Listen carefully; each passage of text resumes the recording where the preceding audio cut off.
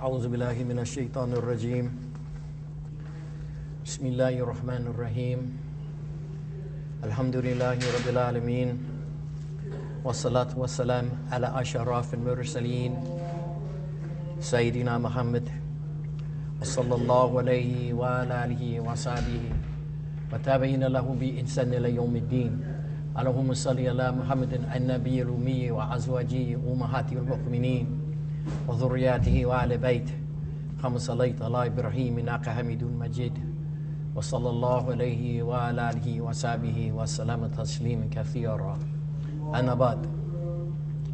So we thank the Islamic Cultural Center of New York once again for allowing us to make these tapings for the Nasr al-Ilm online school, and for giving the people the benefit of being able to take this information from all across the country.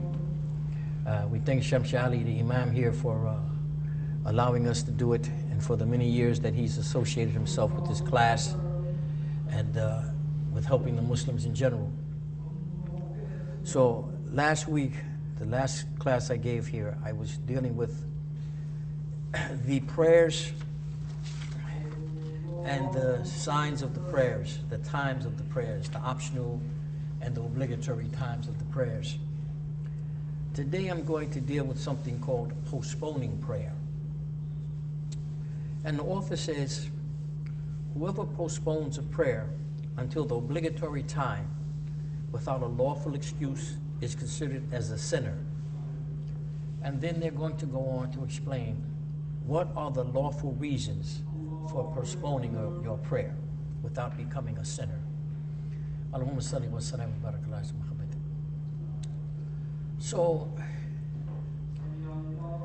this subject, you know, according to the people of Fiqh, the Fuqaha, this subject is considered as very, very important because our prayers are what connect us to Allah subhanahu wa ta'ala and put us in a different bracket than the other people in humanity.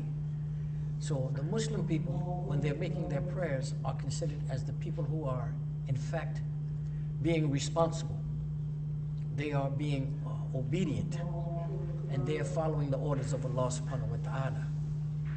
Whereas the other people who do not do these things, they are considered as the disobedient and the people who are not being responsible. And only Allah subhanahu wa ta'ala knows the condition that those people will have. But we as Muslims are trained to think that it's not a good thing to leave off your prayers. In any case, the lawful reasons are these. When a person is an infidel, if a person is an infidel and then converts to Islam in the obligatory time, he should do the prayer immediately that's within that obligatory time. I'll explain it. He will not be punished because of this postponement. In other words, the other prayers that came before the prayer that he took Shahada in that obligatory time. Let us say right now we're in the time of Asr. Its obligatory time is going to last all the way until the time for 5 rak'ah before Maghrib. When 5 rak'ah before Maghrib comes, when that time comes, that means that this prayer is obligatory and they must make it. After 5 rak'ah of Maghrib time and Maghrib prayer, that means now that this prayer of Asr is overdue. It's a whole nother bracket, whole nother subject, another bracket. Right now they're talking about the obligatory time. So when the obligatory time for prayer comes, that means you must make it if you haven't made it already. You understand me? Obligatory means you must make it if you haven't made it already. One of the cases that the person who hasn't prayed yet, if he's an infidel, he doesn't know that he's supposed to pray now. So whenever he takes his Shahada, the people who give him Shahada should say to him, well, brother, you have to make this prayer of Dhuhr, or this prayer of Asr, or this prayer of Maghrib, whichever prayer is in its time at that time. You understand? When he takes his Shahada. So if he takes his Shahada just before the Isha prayer, they will say to him, oh brother, we have to show you how to make Isha. So this is the responsibility of the people who teach him about Islam. This is their responsibility to let him know about when he must make prayers. Allahumma salli wa sallam wa barak ala Muhammad. So when someone is a minor, is the second. When someone is a minor and they become an adult in obligatory time, he has to do that prayer in which he became an adult in the obligatory time. So what they're saying is, if he knows that he has become an adult and prayer becomes responsible for him at that time, and he doesn't do it, he will become a sinner, and he will be punished for delaying his prayers in that obligatory time when he became an adult and prayer became responsible for him. The third one is when someone faints before the beginning of the optional time of the prayer, and they remain unconscious until the obligatory time of the prayer. This person has to do the prayer when he regains consciousness. However, he will not be punished because fainting is out of his control. So this subject matter gives everyone a criteria for what they should do, what they must do. When a person, you can ask me questions if you like. I won't lose my train of thought, inshallah. When a person is insane and he regains his sanity in the obligatory time of a prayer, he will not be punished for his postponement. However, he has to do the prayer as soon as he knows that he's responsible. So when he knows that he's become responsible is when he comes back to his clear mind and he says, I wonder how many prayers did I miss? What prayer time am I in now? And he looks, he says, oh, I should be making Asr. And he says, I don't have very much time, let me make Asr.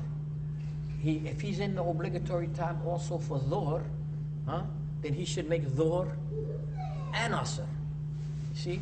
So these things in Islam is a science that the fuqaha gave us information to help us to keep on track with our prayers. The most significant thing for Muslims are their prayers. Allahumma salli wa sallam wa barak ala Muhammad. The fifth thing is, if a person doesn't have any means of purification, they don't have any water or dust for a tayammum until the obligatory time of the prayer, he will not be punished for this postponement. If after the obligatory time of prayer there is still no means of purification, he will not be responsible for the prayer. So you have to understand this very clearly. When they say responsible for purification, they mean that it's the obligation of the person to try and find water or dust for tayammum. They should try to find water for wudu, and if they can't find water for wudu, then they should try to find the dust for a tayammum. So they have different ideas about this, a tayammum and the dust. Imam Malik rahmatullahi, he says that you must actually visibly see the dust in order to use it. You can use like sand or some clean dirt from the earth I should say, but he doesn't allow us to do like Imam Abu Hanifa. He let them use the tree, the bark from the tree, and things like that. But Imam Malik says no. You have to actually, to make a tayammum with it, you have to actually see the sand or the dust or the earth in order to use it. In any case, Allahumma salli wa sallam wa barak ala Muhammad. Allah's mercy is that He gives us different abilities inside of the madhabs. So let's say that you can't find, by Imam Malik's standard, some dust or some earth to use to make a tayammum. You know what I mean, a tayammum, right? Tayammum is to replace water when you don't have water. And so you, Bismillah, and then you go like this, and you go like that, and you go like this. But they have different ideas. Some say you do this and that. Some say you only do this and then you do that. Imam Malik say you do this and then you do that. And this to the elbow is the mustahab. That means that it has some extra benefit for you. It's virtuous to do it also to the elbow. But to do it to the wrist is the fard. In other words, without doing it to the wrist, you would not have a tayammum. And to do more, you gain more benefit for yourself. But don't do your whole body, your head, your feet. This is not a tayammum. A tayammum is only this, bismillah, assalamu alaikum, and that. Alaikum salam wa rahmatullah. Hassan, assalamu alaikum. Subhanallah. Okay, so, Allahumma salli wa sallam wa barak ala Muhammad.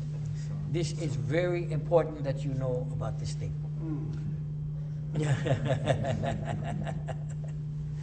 Okay,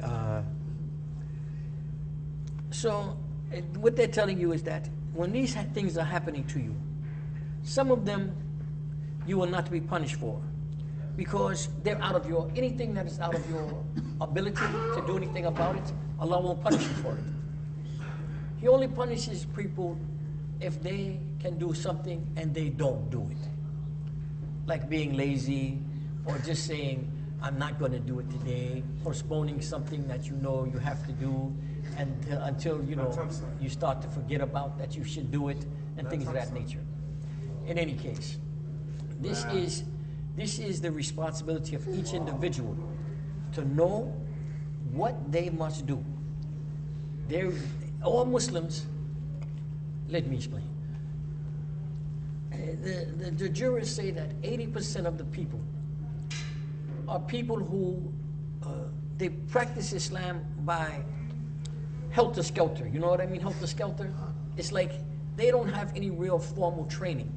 So they do whatever they see the other people do or whatever they read a book or something like that. This is 80% of the people. That's the majority of the people. And then you have some other people who are actually students of Islam.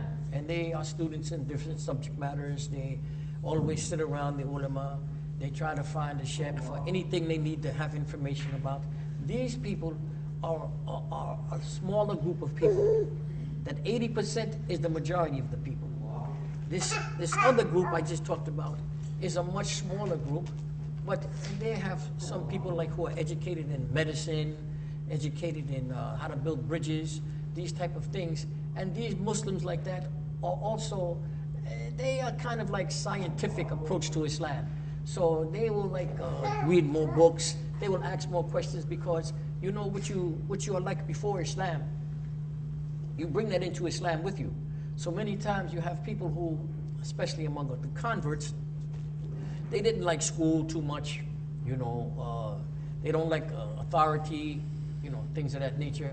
So what happens is they bring that whole idea into Islam with them, and it takes some time and some education for that to go away if it ever does, you know. And then you have the scholars and their students. These people are the smallest group in Islam, the smallest group. But these are considered as the closest group to the Prophet sallallahu alaihi wasallam, because this is what he said that he was. First a student of Gabriel alayhi salam, and then the teacher of the Muslim people. So he considered that the student and the teacher are the two biggest things in Al-Islam, and he advised everybody to become one of those. But before you can become the teacher, you have to become the student. So, in other words, reading a book doesn't make you the teacher. You have to have a teacher to teach you. And then, when you do that work, and he gives you the permission and say, now, you teach other people, now you become the teacher. You see? So, Allahumma salli wa sallam wa barak ala Muhammad.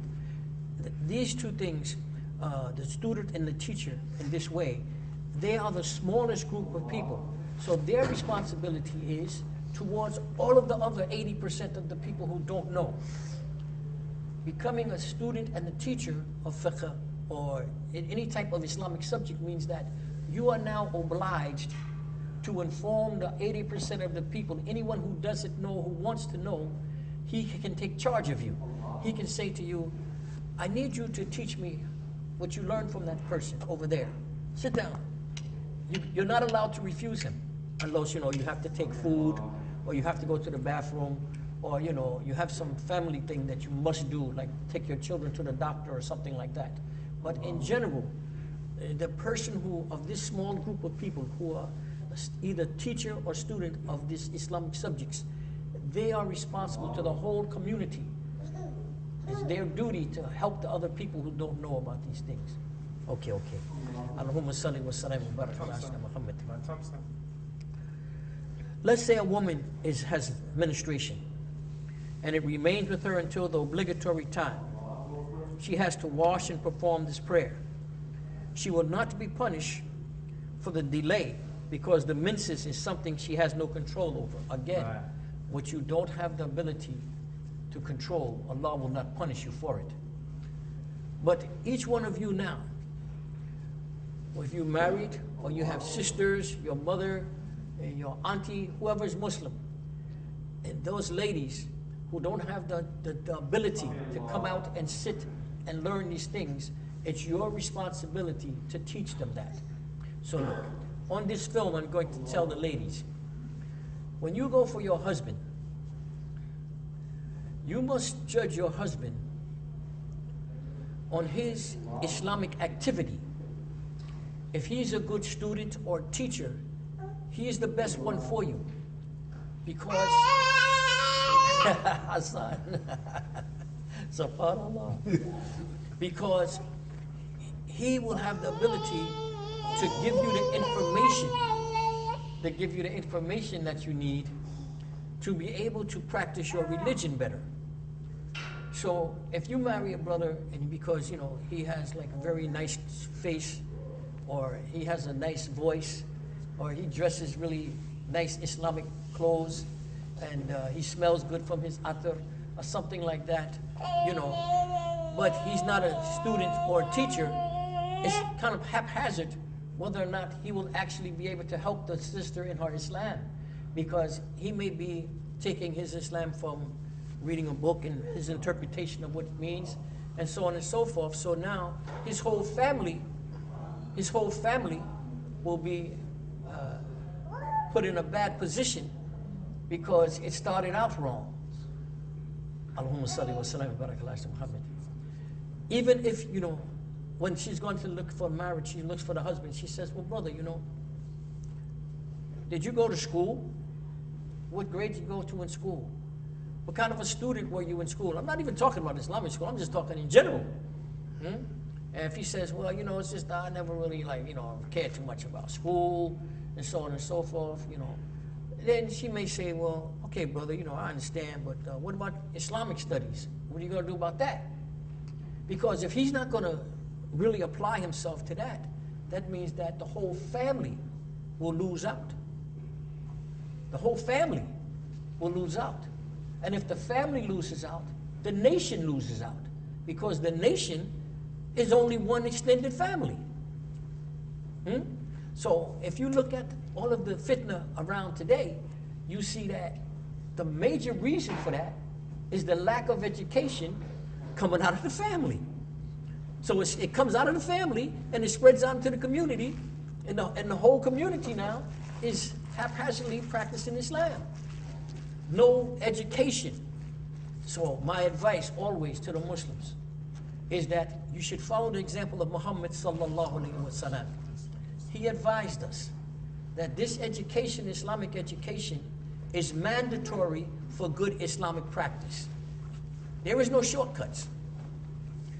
Imam Shafi rahmatu alayhi, as I told the brother yesterday, Imam Shafi rahmatu alayhi said, if you take your lessons, your Islam, from a book that you have missed learning.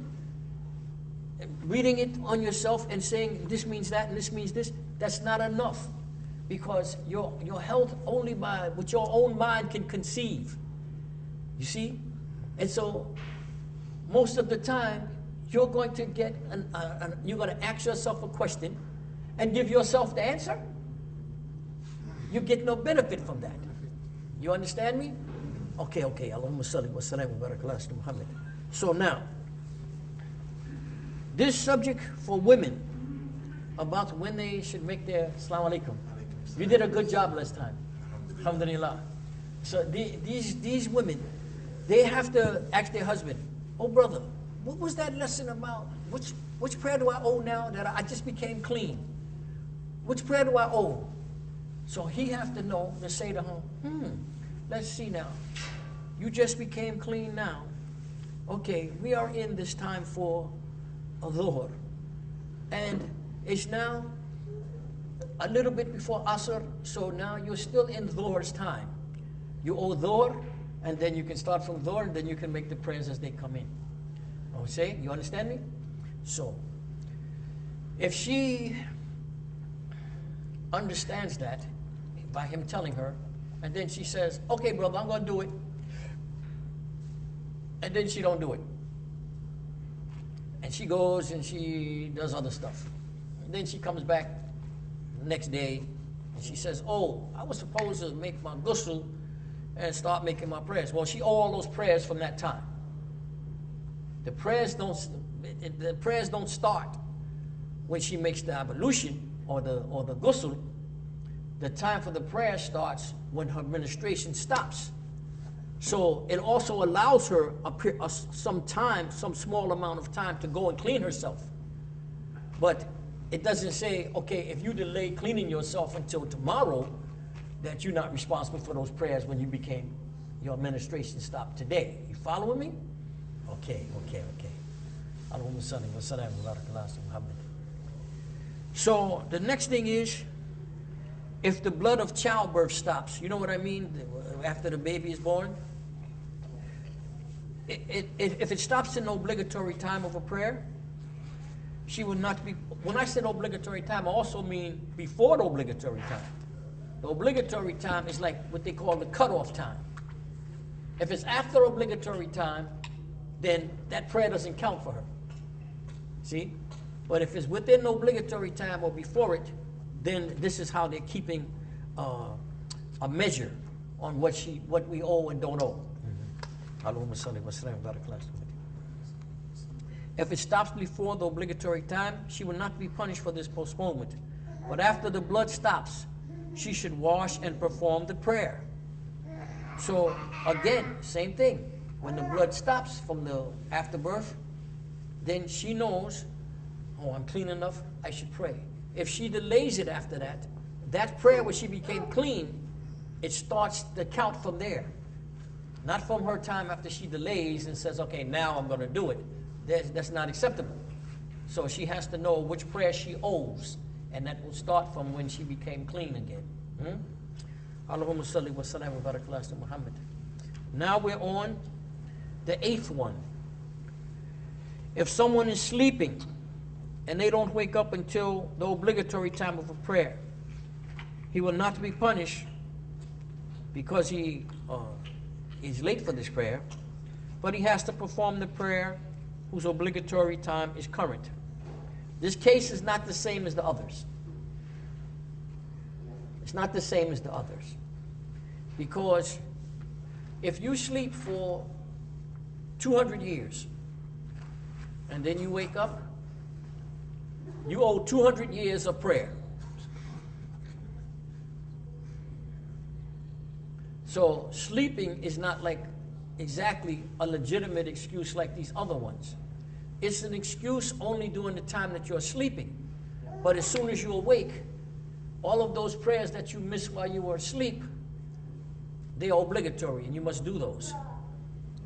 You know, when we talk about here are the prayers that are farid, you know what I mean? The farid, the subh in the morning, which y'all call, sometimes people call it fajr, the dhuhr, the asr, the maghrib, and the isha prayer. Those are obligatory. So when you wake up from sleep, let's say you go to sleep at Zohar time, and now you wake up and it's Isha. Okay, Islam says it's not going to punish you because you were overtired and you went to sleep at Dhuhr time, even if you knew that you would probably sleep through to the next prayer, Islam's not going to punish you for that. But when you wake up, and I wouldn't make that a habit. You understand me? You're not allowed to, to make sleeping at that time so that you miss all of your prayers a habit. It's only, it's not something like conditional by your ability. Like if you work at a certain hour and then you come home and now it's the daylight hours, but you have to sleep sometime because your body it has a right over you for rest. So you say, okay, I worked all night and now I have to get some sleep. Even if you try to wake up for making these prayers, you probably will not be able to do it because you have to have some rest. And Islam tells you when you're overtired, it's better to sleep than to pray. Because if you try to pray while you're overtired, you will be making mistakes in your prayer. And Islam doesn't want you to do that. Your body has a right over you to get rest. So, but under normal conditions, if somebody says, I'm going to go to sleep now, and they look and they see is Dhuhr, and they say, I'm going to sleep, and then they realize that they're going to sleep through Asr and into Maghrib, I wouldn't suggest them doing that because Allah subhanahu wa ta'ala, He knows your ability. So He may reject your sleeping because you're going to sleep at a time when you know that if you sleep, you're going to sleep through your prayers, but you don't really need to sleep now. It's not like you're so tired that you got to sleep. You understand me? But some people do it anyway, And these two things, once the ulama told me, maybe the people listening to this, they won't really like this, what I say. But I have to tell you the different things that I learned from them. Once they told me that, Allahumma salli wa sallam barakallahu Muhammad, there's no such thing as fat Muslims. No such thing. So then they broke it down to me. They say, like, let's say a person has some genetic problems and they have overweight because of that. That is excusable. But the general person who eats so much and sleeps so much that they become big like that, this is not a good Islamic example.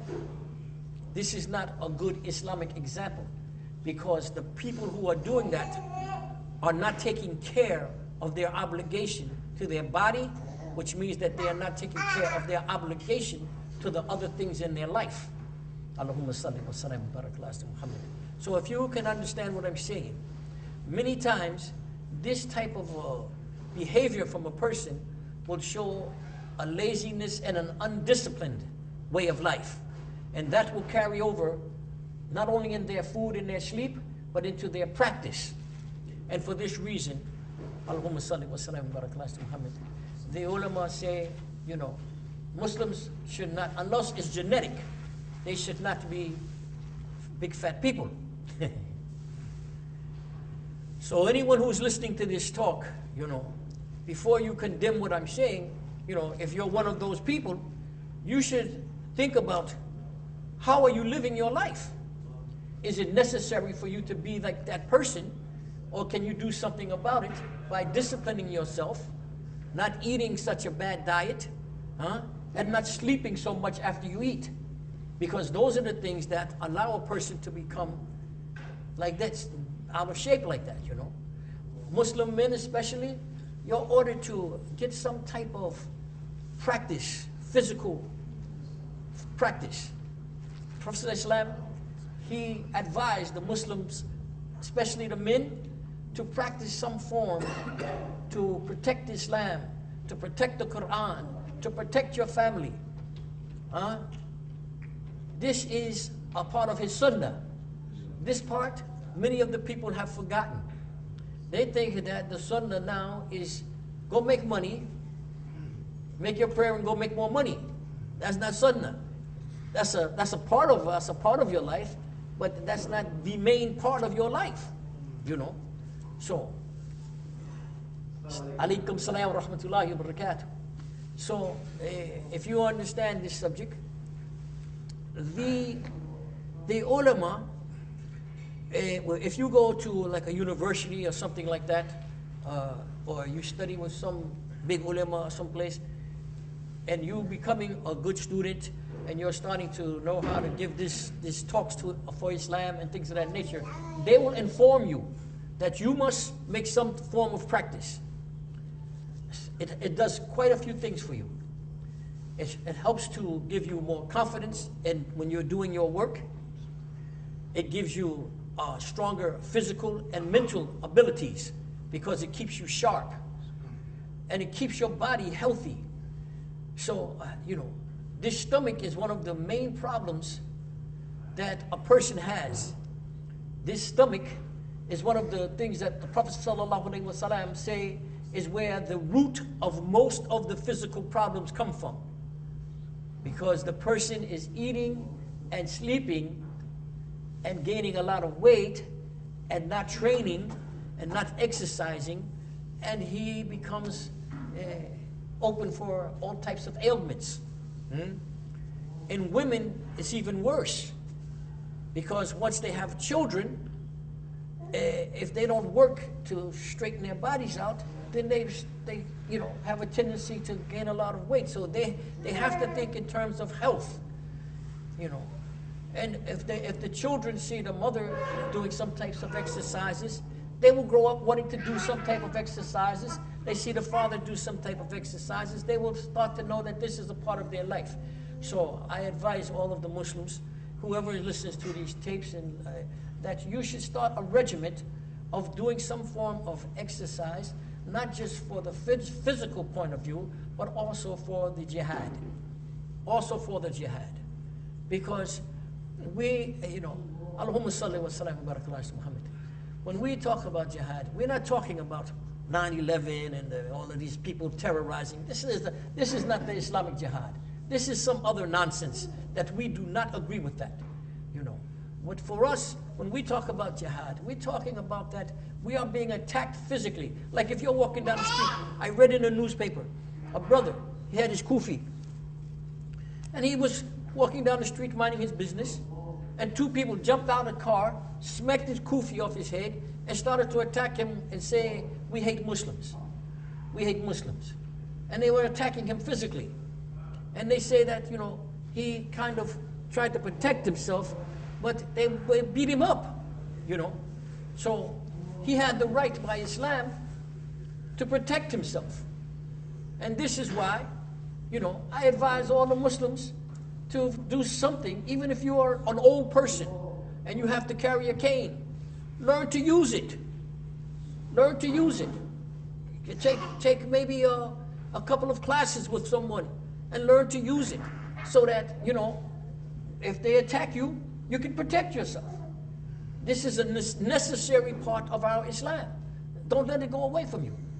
Because when the time comes that you need to protect yourself, or your wife comes running to the house and say, "Oh, some man is chasing me because I'm a Muslim lady and he's tried to snatch off my headpiece," or something like that, and you're going to be peeking out the door. So if you run out the door, Islam says that we Muslims are supposed to be the best at everything we do.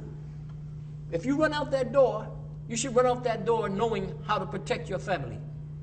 Not just running out there talking about what are you doing. You should run out there and know what to do. You see? Allahumma salli wa sallam wa barakallahu ala Muhammad. So, this is necessary, And it's no excuse, for men, unless, you have like some, Allahumma salli wa sallam wa barakallahu ala Muhammad. Listen to me. This sunnah, during the time of the Prophet sallallahu alaihi wasallam, whenever he called for jihad, for the Muslims to come out to defend Islam, they would have little children, old people, poor people, people who could only walk on one leg, all of them coming out, asking the Prophet ﷺ to allow them to please go with him to defend Al-Islam. All of these people, and the ones that they couldn't find any armament for them, no, they couldn't find any horses for them, they couldn't find any camels for them, they couldn't find anything for them to be able to go, and he would sit, and some of them were like in bad health, old and feeble, and they would have to go back, and the books of hadith say when they would go back in tears, because they couldn't go out to fulfill the jihad, to fight for al-Islam, So listen to me. We don't have any excuse but to prepare ourselves. Preparation is a part of our being. To be unprepared is to be making some type of a sin. All Muslims, no matter where you are, should be making some form of preparation, not to attack other people, but to be able to protect yourself when it's necessary. Yes? The thing you were just speaking about, a brother was telling me, in reference to that hadith with the Prophet Muhammad sallallahu alaihi wasallam, it was a blind man that was part of that wanted to go in the front line. We part of the jihad, and he was also. And the only thing he could do, basically, they were telling him no. He said, "You want to, you want to, you want to," and so he would hold the flag up. Absolutely. And he held the flag up. Absolutely. And he chopped off one of his arms. Absolutely. He still held that flag up. Yes. Absolutely. So we have no excuse, but that we should be prepared in some form or fashion, even if it's something small that you only learn to use something small, but you must learn something to protect yourself. First, to protect the deen of Allah subhanahu wa ta'ala. If someone goes to put his foot on your Quran, you should remove his foot. You understand me? If someone goes into your house, you should remove him from your house. If someone attacks you physically, your body, you have the right to protect yourself and your family and your brothers and sisters in Islam. One of the things the reason that these ladies, Allahumma salli wa sallam wa barak ala Muhammad, first that Allah subhanahu wa ta'ala informed them that they should cover themselves in a way that they are recognizable as Muslim women. It's a reason for that. Because if your Muslim sister who is recognizable is in danger, Muslim brothers everywhere would have the ability to see, oh, my sister's in danger, and they can go and help her. You understand? It's not always like as if it's some type of punishment or something that she's in this hijab. This is a good thing for her in so many ways, especially that we can recognize her when we see her. We can come to her aid if it's necessary. But in order for you to be able to come to her aid when it's necessary, you should know how to do it. Don't come to her aid and you wind up in the hospital. I mean, whatever Allah decrees is going to happen, but at least you must have some training so that you have a fair chance to not wind up in the hospital, you see? Allahumma salli wa sallam wa barak ala Muhammad. Okay. So I just wanted to let people know about that, so that we know our duty to Allah subhanahu wa ta'ala, and this preparation is a part of our duty. So when somebody, this is the ninth one, when somebody forgets their prayer and they don't remember until the obligatory time, they will not be punished for their forgetfulness. So this is different than sleeping. The forgetfulness is, let's say you forget that you didn't make Zuhr until Maghrib. The Zuhr prayer that you forgot, when you remember, it becomes obligatory for you to make it. When you remember. But if a lot of time goes past, like say next year you remember, I think I forgot to make Zuhr on the 15th of December last year. If Allah brings that to your mind, then you should make the Zuhr that you forgot. But you don't make it up as a farad, It's like you making it up because, you know that you forgot it, and, you should repeat it and fix it. Not like sleeping. Sleeping, as soon as you wake up, you have to start to make up those prayers that you didn't do. Yeah. Okay. Allahumma salli wa sallam wa barik ala Muhammad. But leave it with Khalid. No, I'm saying Oh, you're going to call. Okay, you call me. You call me. Don't forget now, so I can set up an appointment for you. Okay, inshallah. Let's say, however, as soon as he remembers, he has to pray. If he still forgets about this prayer for a day, a week, or even a month, he will not be punished for that time that he's forgetting. However, if he doesn't perform the prayer after he remembers, Allah subhanahu wa ta'ala will punish him in the hereafter. We don't want that. Allahumma salli wa sallam wa barak ala Muhammad. If a person sleeps until or after the obligatory time of a prayer, he will not be punished provided he fell asleep before the optional time of a prayer. Remember I was telling you before? If you think you're going to fall asleep and it's already prayer time, and you go to sleep then, that's not a good thing.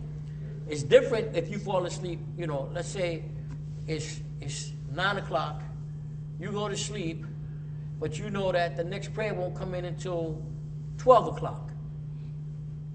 But when you are sleeping, you sleep past that time. Islam is not going to punish you for that, because you had the right to go to sleep before the prayer time. But if it's 5 minutes to 12, and you lay down, so I'm going to sleep now, then you have done some type of a sin, because you know that if you only stayed 5 minutes longer, you would make your prayer, and you go to sleep and you won't have to worry about owing this prayer. You understand what I'm saying to you? Allahumma salli wa sallam wa barak ala Muhammad. Okay. So they say, if you go to sleep before the obligatory time of any prayer, even if he will sleep for 5 or 6 hours, he will not be punished or considered neglecting his duty. However, if he falls asleep after the optional time began, and he knows he will sleep a long time, and he remains asleep until the obligatory time, he will be punished. Okay? Now, let's say someone drinks alcohol. Haram alay. You know what I mean, haram alay? Some things are considered as no excuse for it. That's how unlawful it is. You can't find the reason for it. You can't find an excuse for it. Haram alay. It's the biggest type of haram. This thing, Allah subhanahu wa ta'ala has made very clear for the Muslims that this is no benefit in it for you.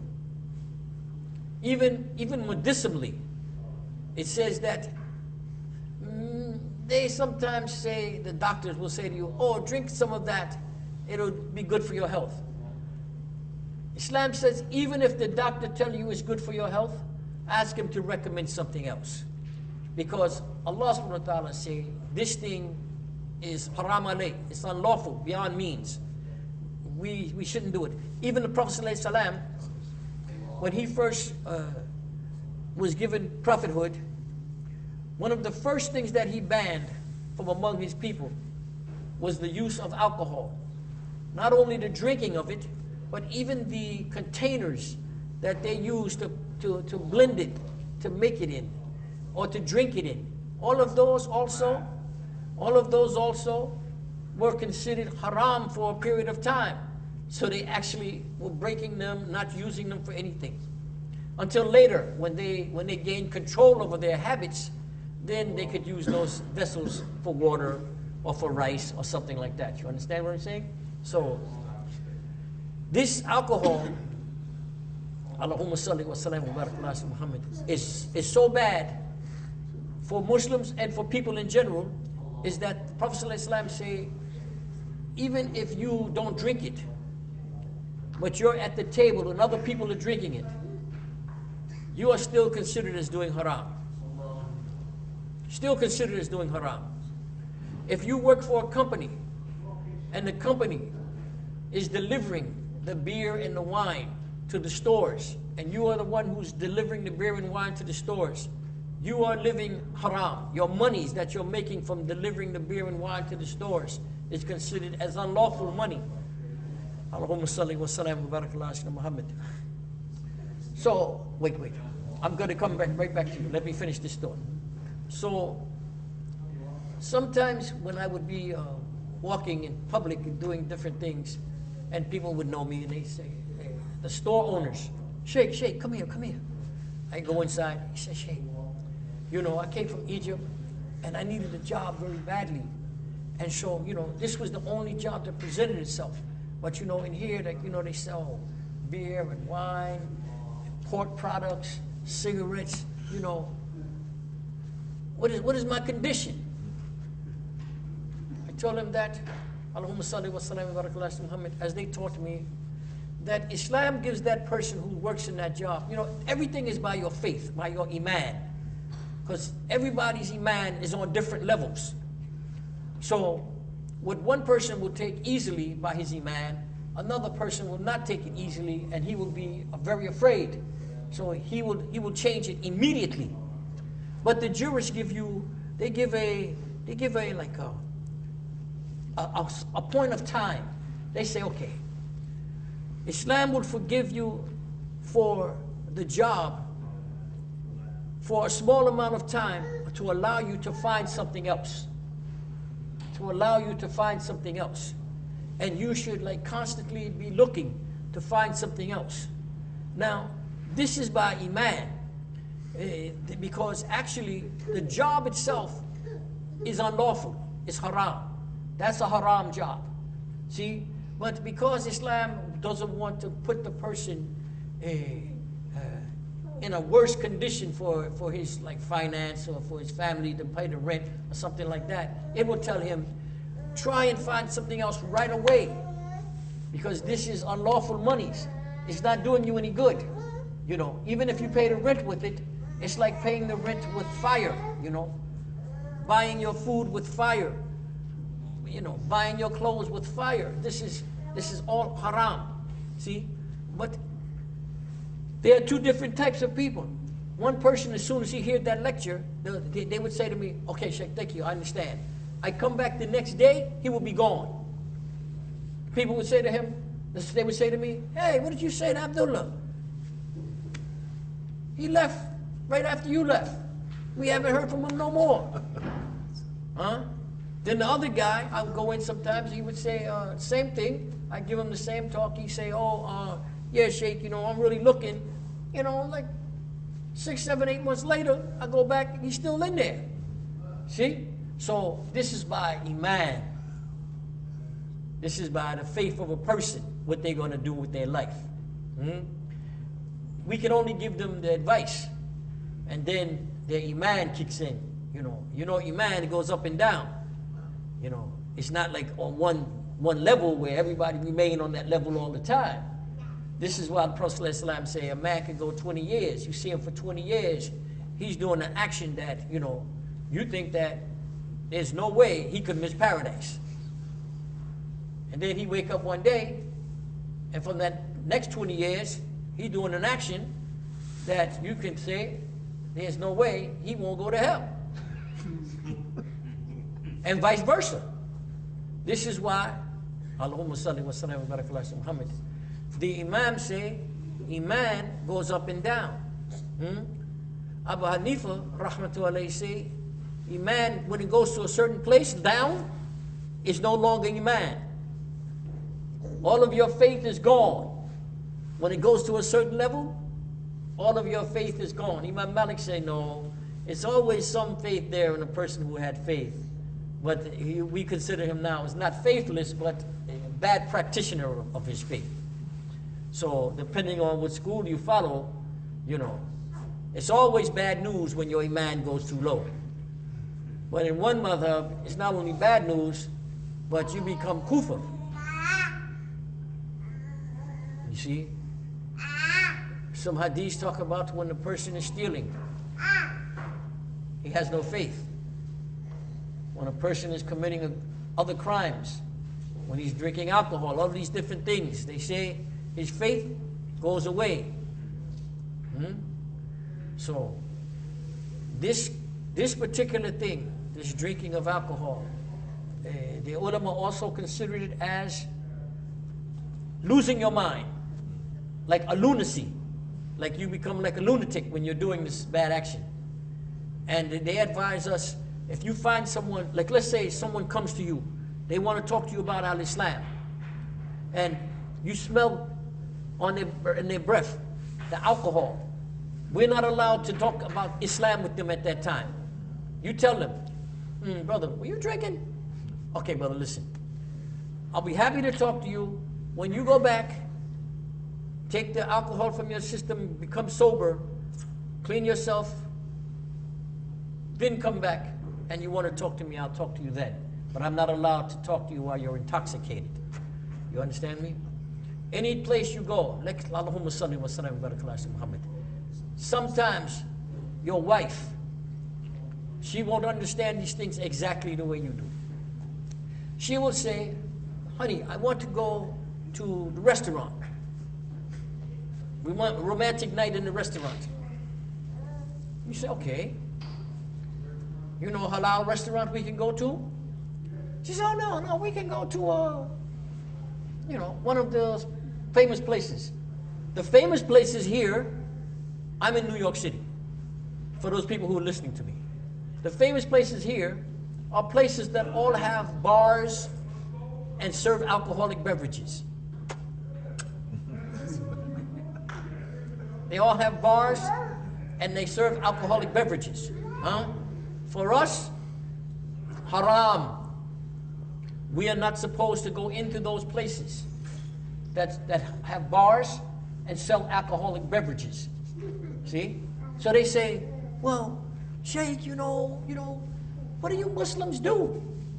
I mean, what do you do for fun? Well, we don't consider that as fun.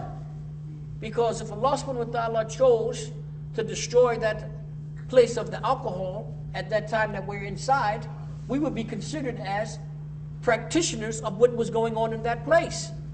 Allahumma salli wa sallam wa barak ala Muhammad. You see? So, when the Prophet ﷺ went into the paradise on his Isra and Miraj, and he questioned the angel about all of the women he saw in the fire, multiplied many times over men. And he asked, why are there so many women here? And Gabriel alayhi salam said, that's because these women used to change their minds of their husbands through their womanly ways after their husbands had made up their mind about this or that. So any of you who are married, you understand what I'm saying to you? That sometimes at home, you know something better not to do it. But so that you don't have a problem at home with your wife or your family, you say, okay, honey, but reluctantly, because you know that you really shouldn't allow her to do that, and you shouldn't do that with her, but you're trying to keep good relations at home. You don't want to have a war at home when you have to fight wars outside of your home. So, you have to let your wife know, listen, this we don't do. And be adamant, because even if maybe at that time, she will not like it when you tell her, no, we're not going to go into that type of restaurant.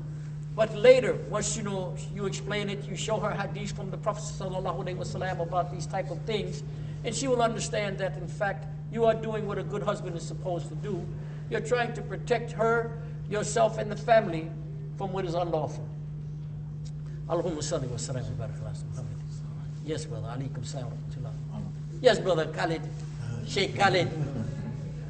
My question is about other uses or particular things that take advantage of you mentally, like alcohol.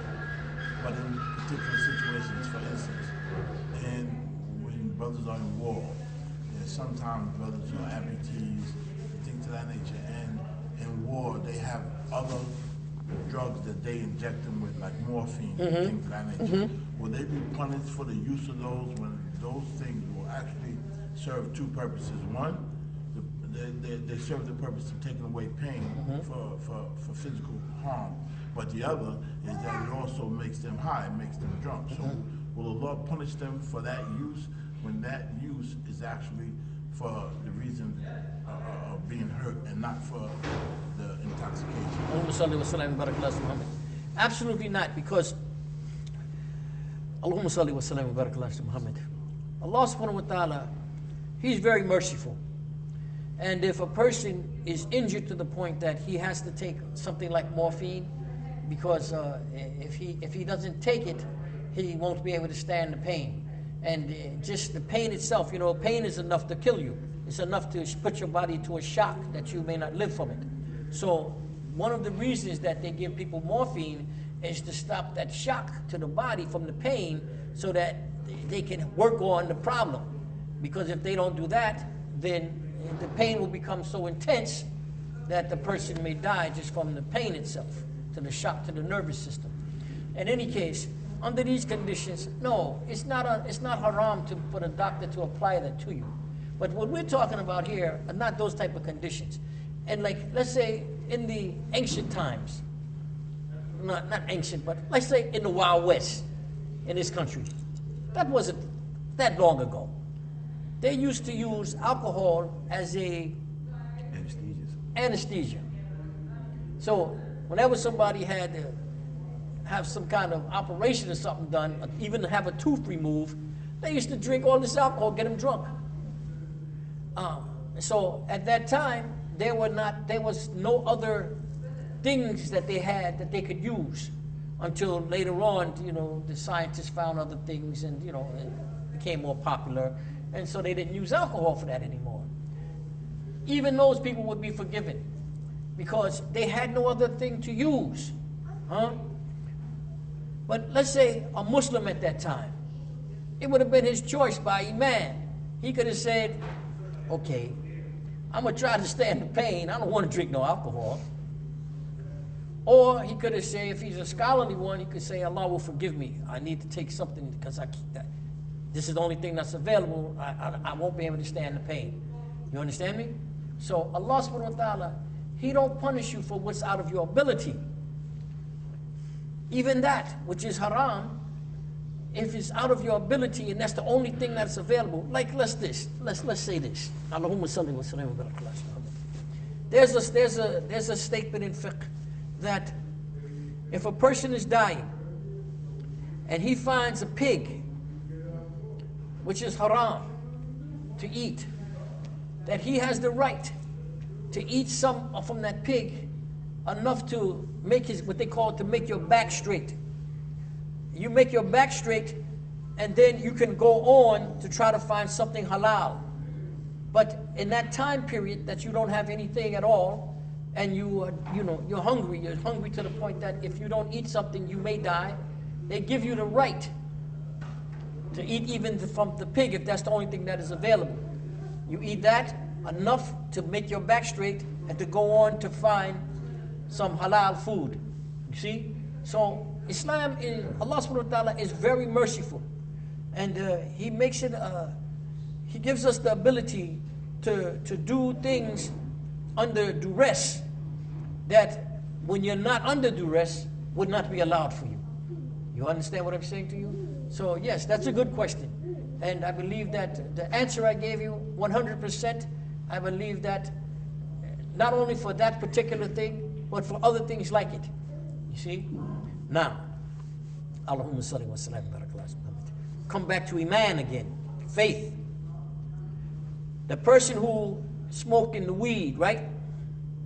He said, I'm smoking the weed because when I smoke the weed, it relaxes my mind, and I feel like I could do more things, study better or something. Haram. Haram. He's just making an excuse to do haram. See? Nowadays, medicine doesn't require these type of haram measures. They have, what do you call them? Not the original one, but the generic. They have something generic for everything.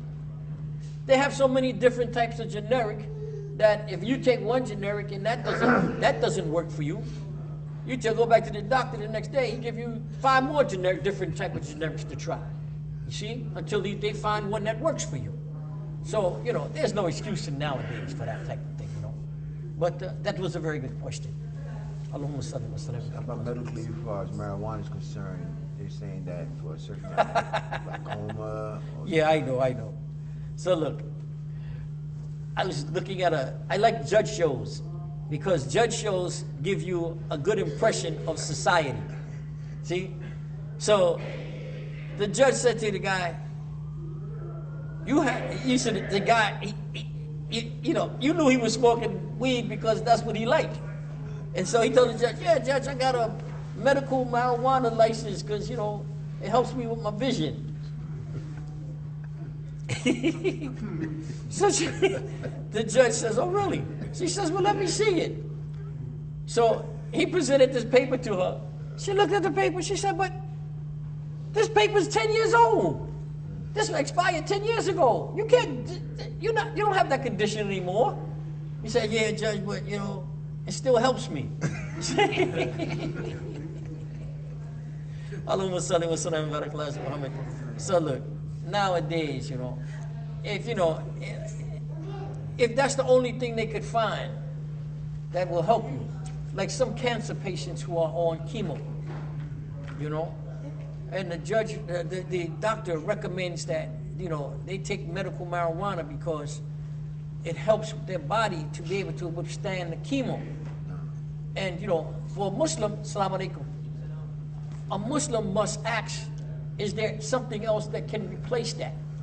He should be adamant to try and help me find something else to replace that because I'm a Muslim and for me that's unlawful, you know. Usually, you know, they can help you to find something that, you know, to replace that. But in fact, if you can't find anything to replace that, and you will become deathly sick until they find something, then you have to use what is available. You see? Okay? But in that case, most of the people, they're just using that because that's an excuse for them to be able to do what they like to do. You know. You want to ask me? Allahumma salli wa sallam wa barak ala Muhammad.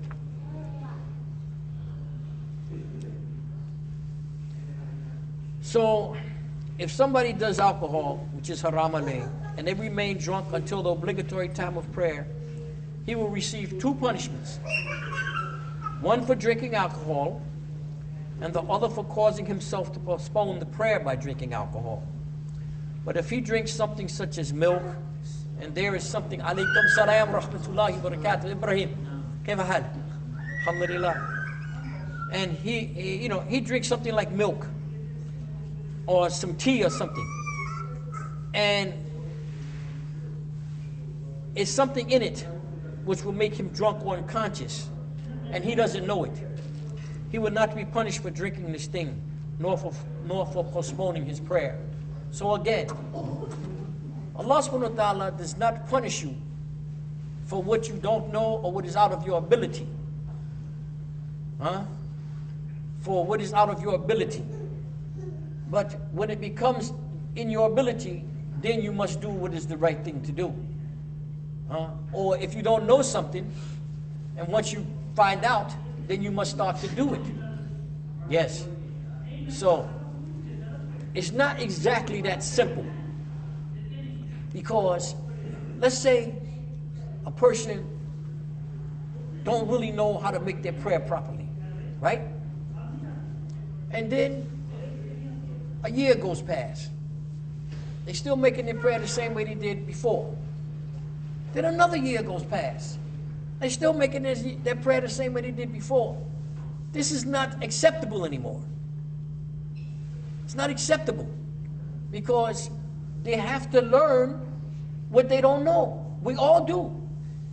I start with myself first. If there's something you don't know and it's a part of your ibadah, you have to keep working at it every day until you learn it.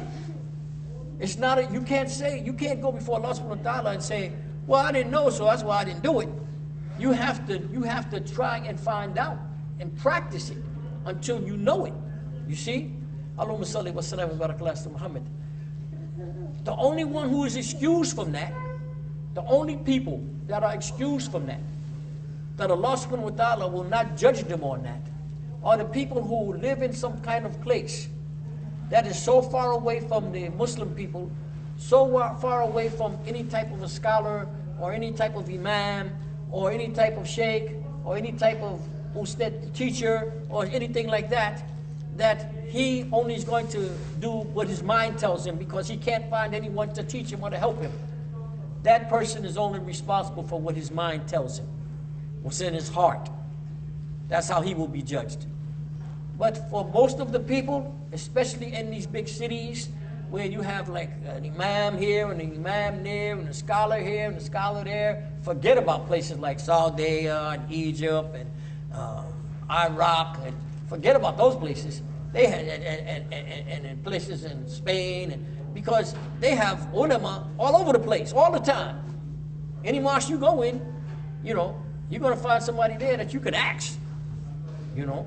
So there is no excuse. See, even now in America, there's no excuse, because Allah subhanahu wa ta'ala, He's going to ask the people, you know. They're going to say, well, Shaykh, you know, they ask me, Shaykh, you know, what is my condition? And I will say, you know, in regards to, you know, they say, well, you know, I don't really know this or that. What is my condition with Allah? I'm going to tell them that their condition is a bad one, because if I've been sitting here for the last 4 years, every Thursday, and him and maybe 10 others have received ijazah from taking these lessons, that means that there are so many people you can ask. There's no excuse anymore. Now it becomes a matter of faith. You know? So, not just for me, but there's like all over the place. Downtown, there's scholars from Egypt, and in the Bronx, there's scholars from Africa, and you know, there's Albanian scholars, you know, on the west side. Come on, you know, it's no excuse anymore. You know, the only excuse now is that arrogance.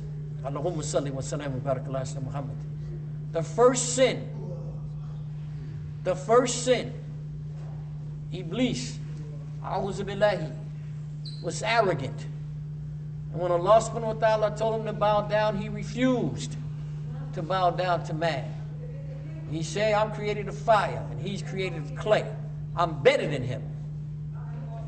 This is the only reason that most people refuse to take information. Not because they already know, but because they're arrogant. And that arrogance will lead someone into a big sin. The big sin will be when you meet Allah subhanahu wa ta'ala, and He will ask you, why didn't you learn how to make your prayer better? Oh, there was nobody to teach me. He will say, oh no. I see Sheikh Ameen is sitting in the Islamic Center, and he was there for years. And you used to walk past him all the time. And you wouldn't even ask him a question. You know, it's a big sin, big sin, to have somebody that you could take some information from and just walk past them and never ask.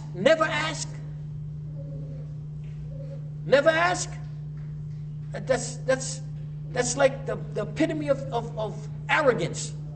To never ask. Listen to me. I studied with Suleiman Dunya for 10 years, every day, sitting with him, every day. And every day, I would try to exhaust his brain. Every day. For 10 years, I would keep asking him all day long. The thirst for knowledge for a Muslim is never fulfilled. A true Muslim, his thirst for knowledge is never fulfilled. He will always be trying to find out more information. Allahumma salli wa sallam wa barakallahu ala Muhammad. Even now, some subjects I understand them very well, but if I see someone from another madhab that they have good, strong knowledge about that subject, I will sit down and become a student and say, oh, what does your imam say about this? What does your imam say about that? You understand me? So there is no excuse for people who don't try to take information from some place, from somebody who has the qualifications to give it. So if you find someone who has the qualifications to give it, it is mandatory to protect your faith that you take some information from that person.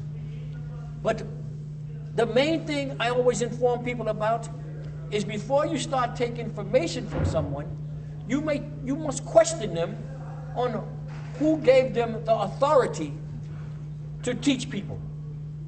The main thing, when you go to your doctor's office, as I told my friend yesterday, you go to your doctor's office, when you sit down and you're waiting for the doctor, the first thing most people do is they start looking on the wall. They want to see his credentials. First thing they do. If you don't do that, something's wrong with you. Who goes to sit in somebody's office? They don't know whether or not this guy's a shoe salesman, a dentist who's going to work on your heart, or maybe a grocer or a merchant or something like that, and he's pretending like he's going to be a doctor. You want to know, who is this guy who's going to work on me? Now we're talking about your physical body. This is going to perish. Listen to me. This physical body that everybody takes so much care of, they looking at the signs to see what school did he go to, and how long ago did he get his degree, all of this stuff. This is the physical body. It's going to go away. But your internal, your soul, that's not going to go away. That's just going to pass into another realm, another place, another realm. But it's going to be the same soul. It's going to still feel all of those things. But you won't take care of that. You're going to let people doctor up on your soul who have no credentials to be able to do that? Who never learned from anybody on how to do that? That's like a person, he read a book on how to build a bridge, right? And he started building the bridge based on the book. The first person who goes over that bridge, and it'd be his own fault, because why? He didn't question who built my bridge. So, Allahumma salli wa salam ala Muhammad. I know this may seem a little redundant to you, but a part of the fitna here is that you got all these people who are energetic people. They want to give information, but they weren't trained to do that. So they're giving information based on what they think, not on what they were taught. And unfortunately, this is creating a big fitna. Anyway, I did my best. So I'm going to stop here because I see many people are coming for their prayers, and I don't want to interfere with that. إن الله وملائكته يصلون على النبي يا أيها الذين آمنوا صلوا عليه وسلموا تسليما وصلى الله عليه وعلى آله وصحبه وسلم تسليما سبحان ربك رب العزة عما يصفون والسلام على المرسلين والحمد لله رب العالمين. اللهم إني أسألك من كل خير سألك منه محمد نبيك صلى الله عليه وسلم وأعوذ بك من كل شر استغفرك منه محمد نبيك صلى الله عليه وسلم. اللهم اغفر لنا ما قدمنا وما أخرنا وما أسررنا وما لنا وما أنت أعلم به من ربنا في الدنيا حسنة وفي الآخرة حسنة وقنا عذاب النار. اللهم إني أعوذ بك من الماء والممات ومن فتنة القبر ومن فتنة مصير الرجال ومن عذاب النار وسوء المصير. وصلى الله عليه وعلى آله وصحبه وسلم تسليما كثيرا.